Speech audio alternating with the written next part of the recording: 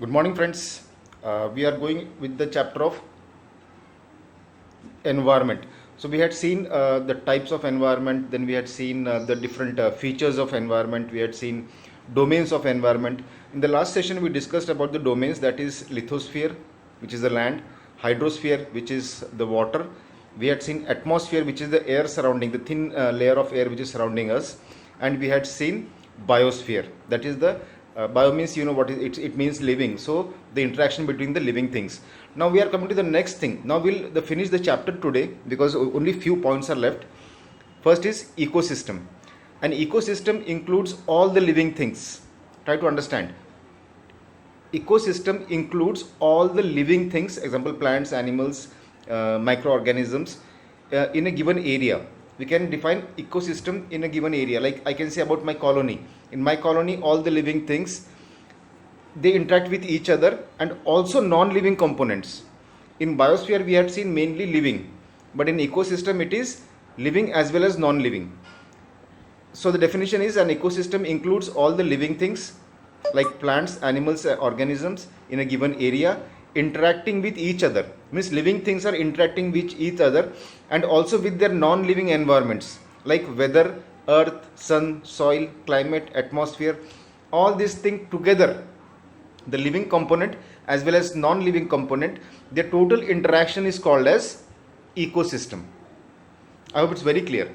An environment and a system where all in a particular place, in a particular area, like we can say, suppose if there is a pond in your area, so the pond can have its own ecosystem. Fishes are there, aquatic animals are there, aquatic plants are there, some larvae. So all these things as well as water. When sunlight falls, what happens? Algae is there. So all this, the pond itself can be an ecosystem. So in a given area, all the living components interacting with each other along with the non-living components is called as an ecosystem. We can see here sunlight. Because of sunlight, grasses grow. I'll just show you. Here it is sunlight, a non-living thing. Because of this, grasses, plants, trees are there. Then grasshopper is the consumer who takes grass, which depends, he eats grass. Frog eats grasshopper. Snake eats frog. Eagle eats snake. When eagle will die, what will happen? It will fall on land and it will create humus. So again plants will grow with the help of humus and sunlight. So it becomes a chain. So this system, the interaction or dependency on each other is called as an ecosystem. So finally, we are coming to our final topic, that is human environment. Now what do you mean by human environment? As we are developing, like in ancient ages it was different, today we are totally different. We are very much modernized today. So I'll just remove this. Yeah. So human beings interact with the environment day-to-day basis and modify according to their needs. Due to modernization, our needs grew, so we learned new ways to fulfill our needs. We are trying new ways, we are getting new ways, we are using new resources to fulfill our basic needs. We learned to grow crops. If you remember, in prehistoric times, the people were wanderers, they were food gatherers, they were hunters. Now they are food producers. We produce food. We have learned the technology of agriculture, how to produce food grains.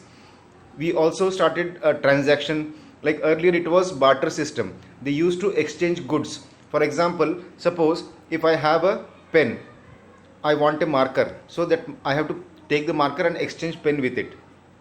That was called barter system. If I wanted rice, I would, if I have sugar, I will give him sugar, I will take rice. So the exchange of commodities or goods was called as barter system. But there were many problems for this, so they bought currency, and now we do trade and commerce on the basis of money or currency. Furthermore, we gather things as per our demands. Suppose if I want to make a house, I will bring wood from the jungle, I will cut down the trees, I will take the wood, I will make cement from what we say, calcium carbonate. I'll take limestone. From limestone I can make cement. I'll take bricks, I'll make bricks. So we gather things to make certain thing. For example, to construct a building we need raw materials including rocks and wood. For this we may look to nature. We can get rocks from the mountains and wood from cutting down trees. So these things can be done by us. This is a total human environment. With this we have taken all the important topics of environment and we conclude the lesson here. tomorrow I'll send you, if possible, I'll send you today itself the notes.